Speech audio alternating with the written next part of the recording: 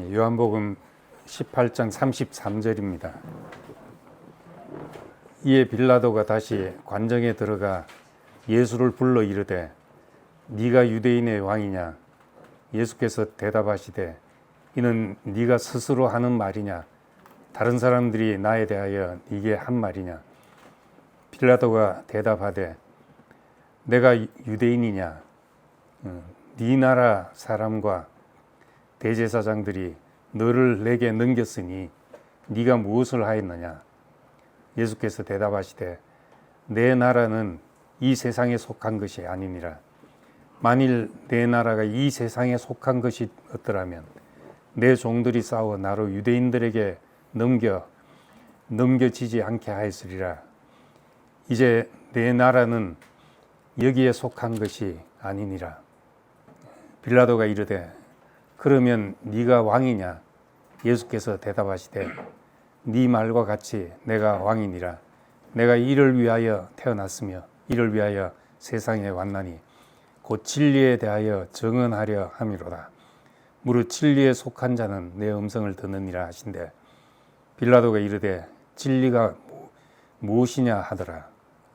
아멘. 제가 말씀을 준비할 때 이제 우선은 성경에서 한 말씀이 원래는 무슨 뜻이었는가 하는 걸 먼저 생각해보고 그다음 이것이 이제 나에게 무슨 의미인가, 나에게 무슨 메시지를 주는가를 생각해보게 됩니다. 본래 무슨 뜻이었는지를 우리가 한번 충실히 생각하지 않으면은 그 성경을 봐도 자의적으로 해석하고 넘어가기 쉽습니다. 이제 그런 데서 많은 문제들이 생깁니다. 그런데 이제 우리 교회 식구들은 이제 그런 작업에 익숙하지 않기 때문에 그런 대목을 듣는데 좀 힘들어하지만은 그래도 그런 데 익숙해져야 그 성경을 자기 마음대로 해석하는 이제 습성에서 벗어날 수 있습니다.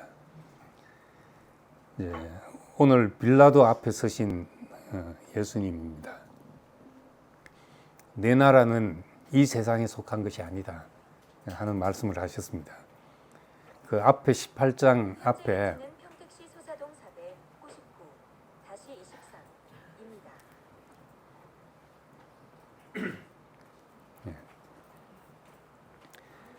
대제사장 앞에 서셨을 때 이 성경은 예수 그리스도를 우리에게 있는 대제사장이라고 말씀했으니까 이제 두 대제사장이 만난 겁니다.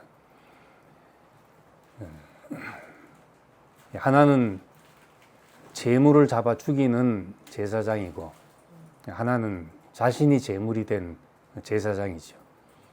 이 대제사장의 질문은 네가 하나님의 아들 그리스도냐? 누가 하나님의 아들인가 하는 질문입니다. 그렇다고 내가 하나님의 아들 그리스도라고 대답하니까 이제 그것이 이제 신성 모독죄가 되었습니다. 제사장 타이틀은 가지고 있는데 한 사람은 참으로 하나님의 그 앞에서 인생의 그 올바른 직분을 가지고 서 있는 사람을 한 사람은 정죄하게 됐던 거죠. 근데 오늘 이제 빌라도 앞에 선 예수, 이제 두 제사장에서 이제 두 왕의 만남입니다. 세상 왕과 하나님 나라 왕의 만남이죠. 빌라도는 이제 왕으로서 네가 유대인의 왕이냐 이렇게 물었습니다. 이제 그렇다면 반역죄에 해당되는 거죠. 근데 예수님은 왕은 왕이지만은 내 나라는 이 세상에 속한 것이 아니다. 이제 그렇게 대답했습니다. 이 세상에 속하지 않았다는 것이 무슨 말인가? 이제 저 천국이란 말인가?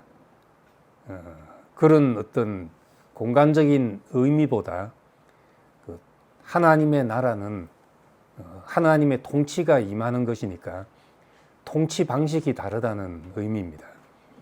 그래서 그 뒤에 한 말을 보면은 만일 내 나라가 이 세상에 속한 것이었다면 내 종들이 싸워 나로 유대인들에게 넘겨지지 않게 하였으리라. 그렇게 말했습니다. 만약 이 세상에 속한 빌라도가 통치하는 것과 똑같은 방식의 통치의 나라라면은 그것은 이제 종들이 나가서 싸우지 않았겠냐. 그렇게 말했습니다. 이 말은 내 나라는 싸움으로 지키는 나라가 아니라는 말입니다. 힘으로 획득하는 나라가 아니라는 말이죠. 세상에 속한 나라, 그 세상에 속한 나라의 권력은 예외 없이 힘으로 지키고 싸움으로 획득하는 그런 나라입니다. 남의 피를 흘려야 되는 나라입니다.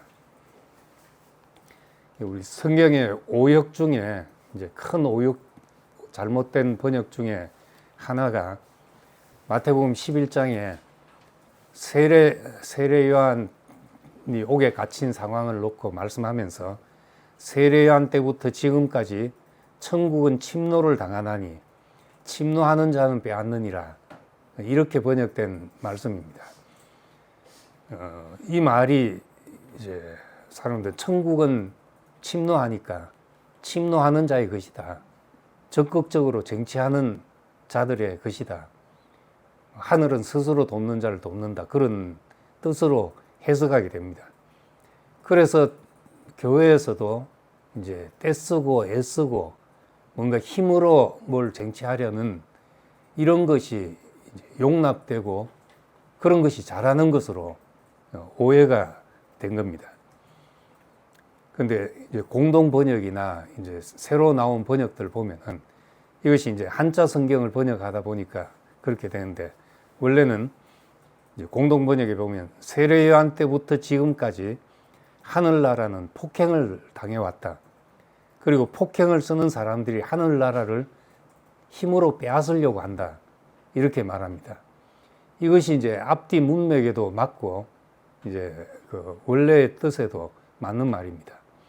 지금 세례 요한이 옥에 갇힌 것을 두고 한 말입니다.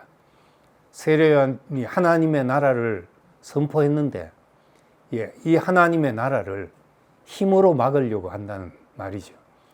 그래서 세례 요한 때부터 나도 그렇고 계속 세상에 힘에 의해서 세워진 나라로부터 폭력을 당하고 있다 하는 말씀을 하신 겁니다.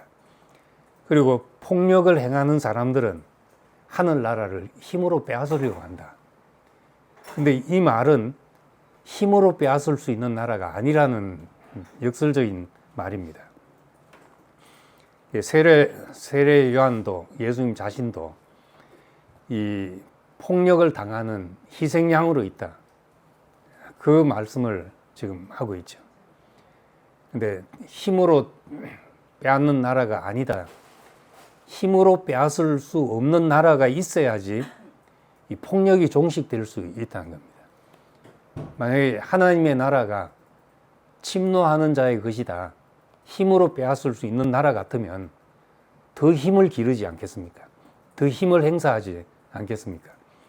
근데 힘으로 되는 나라가 아닌 나라가 있어야 무장 해제가 되죠. 그건 아무 쓸모 없구나. 그렇게 되는 나라가 있어야 어린 양이 왕노릇하는 나라가 올 수 있는 겁니다. 이 시대에 종교가 다 외면되는 시대입니다. 기독교 할 것 없이 지금 이제 어떤 종교 인구 수가 21세기에 들어와서 이제 급감하는데 특히 젊은 사람들은 교회를 안 나갑니다. 근데 만약에 이 시대에도 우리가 왜 그리스도인으로 살아가야 되는가? 그것이 필요하다는 것을 말하자면은 뭔가 선물이 있어야 되잖아요. 가져다 준 선물이 있어야 되는데 기독교가 세상에 줄 수 있는 선물이 있다면은 이제 폭력이라도 종식시킬 수 있어야 되는 거죠. 다 힘으로 되는 세상에서 힘으로 차지할 수 없는 나라가 있어야지 우리가 세상에 누구나 살 수 있구나. 여기는 힘 있는 자만이 아니고 그렇게 되는 겁니다. 근데 오히려 종교가 더 무서운 이제 힘을 행사하려고 들고, 종교가 행사하는 폭력이 이 세상에서 가장 무서운 폭력이 되죠. 왜냐하면은 자기의 믿음을, 자기의 주관적인 믿음을 절대화하면은 그때는 수단과 방법이 중요해지지 않습니다. 사람들은 절대적인 믿음, 절대적인 신념은 어떤 것보다 우위이기 때문에 수단 방법이 중요해지지 않으니까 절대화진 신념이 폭력을 정당화시키는 논리가 되어버립니다. 그러니까 세상에서 사람을 죽이고도 이것이 당연한 것처럼 여기는, 그게 종교지요. 그래서 이 사람은 자기 기준으로 다른 사람을 보면은 대다수의 사람이 정죄의 대상이 될 수밖에 없습니다. 왜냐하면 이 세상에 내 마음에 맞는 사람 몇 없습니다. 좀 있는 것 같다가도 깊이 사귀어보면은 내 마음에 안 드는 사람이 대다수지요. 왜냐하면 이 세계가 나를 위해 지은 것이 아니기 때문에 내 마음에 다 들 수가 없죠. 하나님의 경륜이라는 그 넓은 세계 안에서 봐야지, 아, 저것도 필요하고 이것도 필요했구나, 이렇게 봐지지, 내 마음을 가지고 판단하면 다 정죄될 수밖에 없습니다. 그래서 우리는 그 속에서 이제 우리 자신에 대해 생각할 때, 나는 내 생각이 못 미치는 일이 많고 실수할 때도 있고 잘못 판단할 때도 있습니다. 그렇지만은 나는 내게 주신 은혜의 분량을 따라 살 뿐이죠. 내 실수로 비난받을 수도 있고 잘못 판단으로 또 정죄될 수도 있고, 생각이 못 미치는 일로 내가 또 어떤 불필요한 일을 만들 수도 있고, 하지만은 나는 내게 주신 만큼 내가 보고 살 수밖에 없는 거니까, 바울이 말한 대로 내게 주신 은혜의 분량을 따라 나는 수고할 뿐이다, 이렇게 말합니다. 다른 사람에 대해서도 마찬가지죠. 다른 사람도 똑같은 입장이니까 그 사람이 상을 받든지 벌을 받든지 그건 하나님 앞에서 그 사람의 문제다, 이렇게 생각해야 된다는 겁니다. 그래야지 우리가 힘으로 어떻게 남을 바꾸려고 하고 내 마음에 들게 하려는 모든 것을 내려놓게 되죠. 이 세상에 속하지 않은 나라, 싸워서 지키는 나라가 아닙니다. 힘으로 빼앗을 수 있는 나라가 아니기 때문에 이 세계가 있어야만 우리가 침해받는 모든 일들을 소화해서 양식이 되게 하는 원리가 작동되게 되는 거죠. 부정을 삼켜서 그 삼키고 있는데 그 사람 자체가 그 양식이 된다는 겁니다. 이런 곳이 있다면은 그곳에는 어떤 쓰레기를 쏟아부어도 그곳에 다 뭔가 쓸모 있는 것들로 만들어져 나온다. 그런 세상이 한 곳이라도 있다면 이 세상이 얼마나 이제 정화가 되겠습니까? 그 세상의 원리는 다 남을 잡아먹어야 사는 원리로 됐거든요. 오늘 아침에 나윤이가 이제 전화로 물어볼 게 있다면서 질문을 하는데, 왜 하나님은 사람을 다 죽게 만들어놨냐. 어린 꼬마가 그런 질문을 했어요. 그래서 버벅버벅 하면서 또 죽어야 나윤이 같이 이쁜 아이가 나오지, 그렇게 대답하고 넘어갔는데, 근데 다 참 인생이 죽음 앞에 가면 왜 이렇게 죽게 만들어놨는가, 왜 이 고통스러운 마지막을 맞게 되는가. 이뿐만 아니라 살면서 생태계라는 것이 남의 살을 먹어야 살 수 있잖아요. 이게 그 식물만 그냥 흙에서 뭘 빨아들일 수 있지, 또 그것도 이제 뭐 지렁이 같은 이런 땅벌레들의 그 도움을 받아야지 땅이 비옥해져서 살 수 있으니까 어느 한 생명도 남의 도움을 받지 않고는 못 살고 남의 특히 이제 뭐 사람도 마찬가지지만 남의 살을 먹어야 사는 그런 세상이죠. 이런 세상 속에서 이제 내 살을 먹으라 하는 그 분이 계셨다는 겁니다. 이 세상은 내가 뭐 어디에 합격했다 하면은 떨어지는 사람이 생기잖아요. 수요일 날 이제 우리 교회 이제 운동하다가 운동을 그만두고 나니까 정말 이 세상에서 할 수 있는 게 그런 사람이 쓰일 자리가 별로 없으니까 이제 그런 힘쓰는 사람들과 모여 어울리고 그러다 보니까 이제 마약하고 이제 도박도 하고 이제 그런 생활을 하다가 정말 여기서 간절히 벗어나고 싶어서 이제 말씀을 들어야 되겠다 하고 교회 꼬박꼬박 나오는 형제가 있거든요. 그 습성을 이제 못 넣는 거예요. 최근에도 이제 돈을 따다가 또 돈을 잃으니까 죽고 싶은 마음도 들고 이랬는데 한 분이 나와서 그 얘기를 하는 거예요. 내가 잃었을 때 죽고 싶은 마음이 드는 그것, 내가 돈 딸 때 누군가는 또 그런 마음이 든다는 거예요. 세상은 그런 원리로 돌아가고 있죠. 이런 생태계에서 내 살을 먹게 주는 분, 내 살을 먹고 내 피를 마시라 하는 분, 이 사람을 다 싫어서 버리게 됐다는 겁니다. 근데 이분은 사람들이 싫어버린 모든 것을 삼켜서 다른 사람을 살리는 양식으로 바꾸신 분이죠. 그래서 우린 이 생명을 이제 부활이요 생명이라고 그렇게 말합니다. 부활 생명이라고 말합니다. 싫어버리는 것, 우리가 감추고 싶은 것, 그리고 참 죽음이라는 이 운명을 가지고 사람을 살게 하는 것으로 바꾸는 이 생명을 갖게 된 것입니다. 프랑스 철학자 르네 지라르라는 사람이 있는데 이름이 이상해서 잘 외워집니다. 지라를 하는.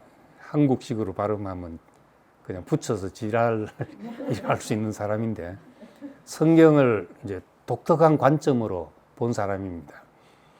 이 세상의 역사는 다 성자의 기록물인데 성경만큼은 그 희생양의 관점에서 기록한 유일한 책이라는 거죠.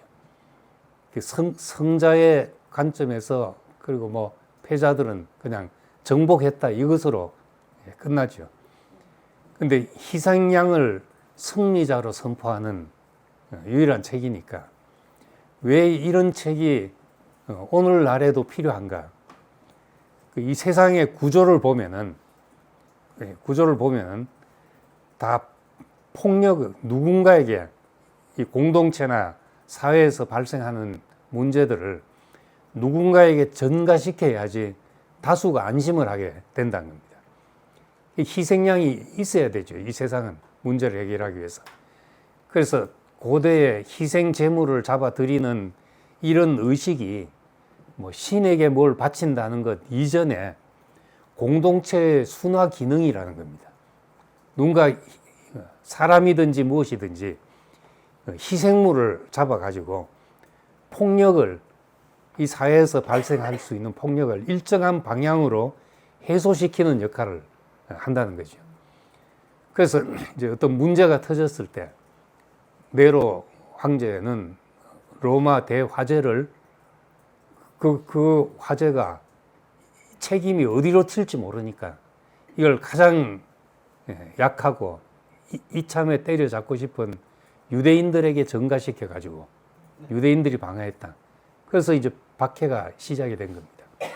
1차 시대 때 동경 대화재는 이건 누구에게인가 전가시켜야 되죠. 그때 이제 잡고 싶은 사람을 잡는 거죠. 예, 한국 사람들한테 전가시켜서 폭력이 그쪽으로 향하도록 하게 됐다는 겁니다. 이건 이 속에서는 참 억울함이 발생하죠. 그래서 희생양을 잡을 때는 원칙이 이제 복수할 수 없는 아주 약한 것을, 가장 약한 것을 희생양으로 잡아야 된다는 겁니다. 이게 성경을 이제 그런 이제 사회에서 일어나는 사회 그 현상을 가지고 성경을 보니까, 아, 성경에도 이 세상의 모든 불의를 한 사람에게 짊어지게 하셨구나. 이제 그렇게 본 겁니다. 그래서 이사야 53장 6절에 있는 대로 우리는 다 양 같아서 그릇 행하여 각기 제 길로 갔거늘 여호와께서는 우리 무리의 죄악을 그에게 담당시키셨다. 근데 이 한 사람, 모든 것을 잃은 사람이지만은 그 죽음으로 모든 사람에게 생명의 양식이 된 사람. 이제 이분의 나라가 하나님이 예수 안에서 우리에게 열어주시고자 하는 그런 나라인 겁니다. 어린 양이 왕노릇 하는 세계. 이제 힘으로 획득할 수도 없고, 이제 폭력으로 쟁취할 수 없는 그런 나라이기 때문에 무장해제가 될 수밖에 없죠. 힘은 아무짝에도 쓸모가 없어야지 내려놓게 되지. 쓸모 있으면 끝까지 지고 있게 되는 겁니다. 힘이 있으면 이제 주먹이 운다고 어디든 써야 되죠. 재영이하고 오면서 이야기하다 보니까 그 프로를 같이 봤더라고요. 주먹이 운다. 누구 하니까 다 알더라고요. 그 보면 이제 동네에서 정말 주먹이 건질건질한 사람들을 모아가지고 힘쓰는 장을 마련해 준 거죠. 그 속에 가면은 진짜 이 세상에 아무리 센 놈도 더 센 놈을 만나게 되니까 이제 그때서야 비로소 이제 내려놓게 되는데, 그렇게 힘으로 누구를 제압해서 내려놓는 세계는 끝이 없는데, 반대로 내 나라는 여기에 속하지 않았다. 만약에 이 세상 같았으면은 내 종들이 힘으로 나를 지켰을 것이다. 근데 이건 힘으로 지켜진 나라가 아니다 하는 말씀을 하신 겁니다. 어린 희생 양으로서 왕이 되어서 어린 양이 하나님 보좌 우편에 앉아서 영원토록 왕노릇하는 이 나라. 이 나라가 있을 때 우리도 아무것도 아니지만은 모든 것이 다스려지는 경험을 하게 되는 겁니다. 예수와 함께 왕노릇한다. 여기서는 힘으로 눌려서 지배하는 왕이 아닌데 내 자신을 내려놓음으로써 모든 문제가 잠잠해지는 그런 통치를 우리가 경험하게 되는 겁니다. 그래서 이 신약에서 빌라도와 예수가 두 왕이 만났듯이 구약에 보면 창세기 마지막에 이 세상의 왕 바로와 야곱이 만나는 장면이 나옵니다. 이 바로 왕은 세상의 모든 것을 가진 사람입니다. 그런데 야곱은 원하는 것을 하나도 가질 수 없었던 사람입니다. 태어날 때부터 움켜쥐고 태어났으니까 얼마나 갖고 싶은 것이 많은 사람이었겠습니까? 그래서 아내도 내 원하는 아내, 내 원하는 자식, 그리고 내 재산, 내 집 하면서 외삼촌 집에서 20년을 살았던 겁니다. 마지막에 나는 언제 내 집을 이루고 살겠습니까? 그것이 20년 야곱의 소원이었던 거죠. 근데 그 처음 시작 이삭에게 자기도 모르게 서원을 했지만은 그 사방이 막힌 자리에서 돌베개를 하고 자다가 하늘이 열린 것을 보고 여기가 하나님의 집이구나. 그래서 이 하나님이 나를 평안히 이 땅으로 내 가는 길에 먹을 것과 입을 것을 주시고 평안히 이 땅으로 돌아오게 하신다면은 내가 당신이 내 하나님이 될 것이고 내가 11조를 바치고 이곳이 당신의 집이 될 것입니다. 이래서 베델이라고 이름을 붙였습니다. 하나님의 집이 되겠다고. 근데 그 소원이 뭔지를 몰랐죠. 그런데 야곱은 그때 하나님의 집이 되기 위해서 하나님에게 붙잡힌 사람이 되었던 겁니다. 하나님의 집이 되지 않으니까 그 집안에 내 원하는 것은 하나도 들여놓을 수가 없었던 거죠. 당신의 집이 되게 하시려고 사랑한 아내도 가장 먼저 잃고 사랑한 자식을 빼앗기고 마지막에 모든 것을 내려놔야 되는 끝에 가서야 이제 손이 펴진 사람이 되게 됐던 겁니다. 그때 바로를 만났을 때, 바로를 봤을 때 어땠겠습니까?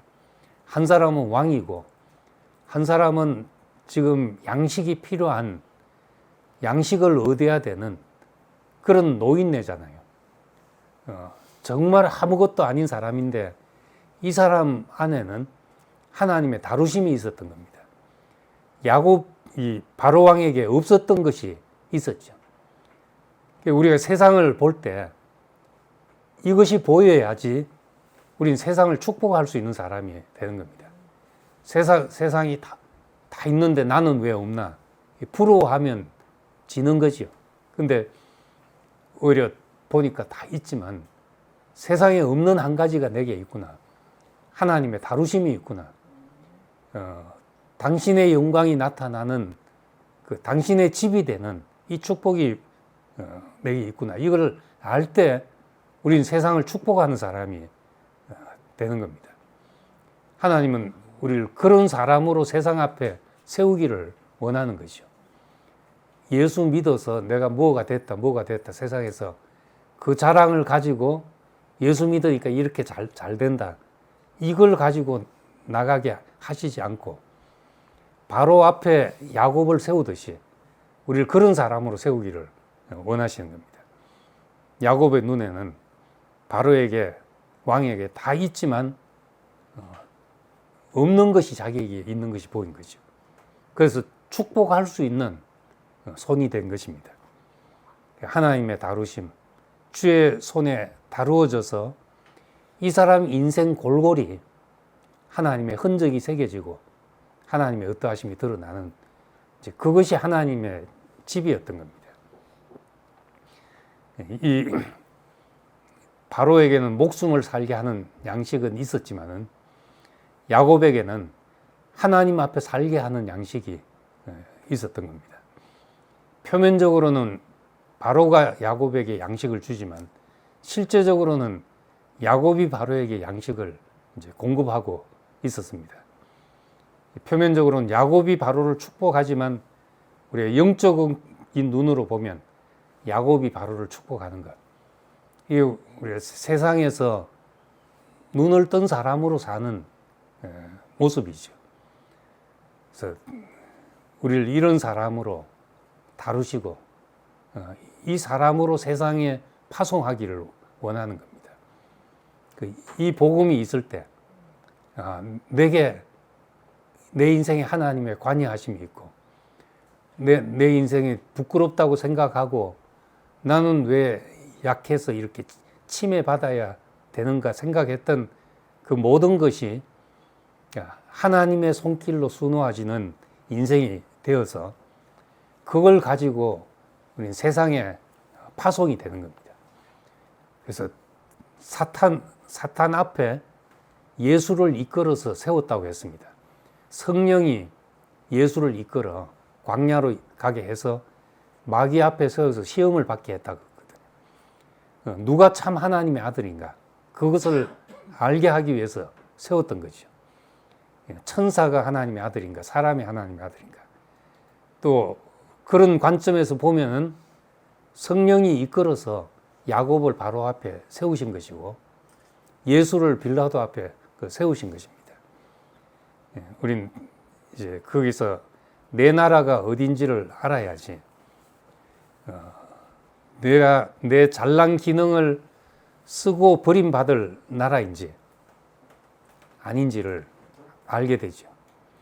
세상에 부끄러워서 내놓을 수 없는 그것을 쓰시는 분을 만나야지 이 세상 끝날까지 우리가 나와 함께 살 주님이고 나라구나 이렇게 알게 됩니다. 우리가 교회라고 모여서 이 교회라는 사회가 가진 이 가치, 세상에 어제도 말했지만 세상에 버린 그것을 보배롭고 요긴한 모퉁이 돌로 쓰시는 우리가 그 하나님을 만났고 그 나라의 왕을 만났기 때문에 그 나라에서 이 왕 되신 분과 세세토록 이제 왕노릇하게 될 것입니다. 내 나라는 여기에 속하지 않았다. 이것이 이제 확실하게 새겨져서 어디를 가도 우리가 세상 앞에 내놓을 복이 있는 사람으로 세상을 축복할 수 있는 사람으로 살기를 원합니다. 기도하겠습니다.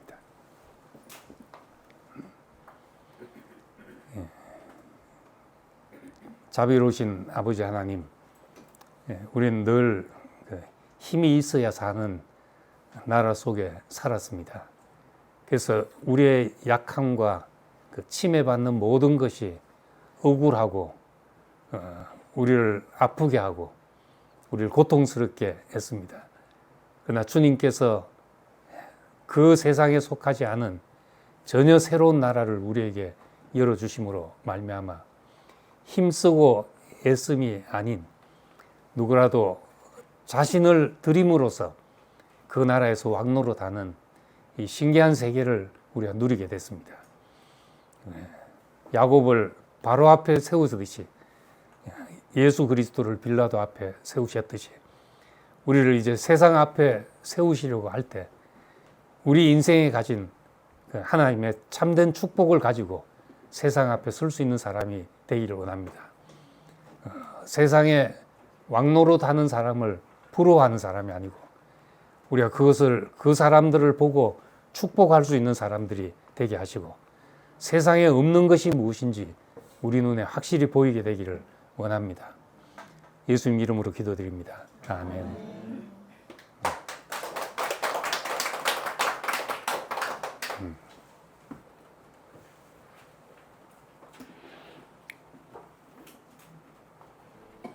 찬송하겠습니다.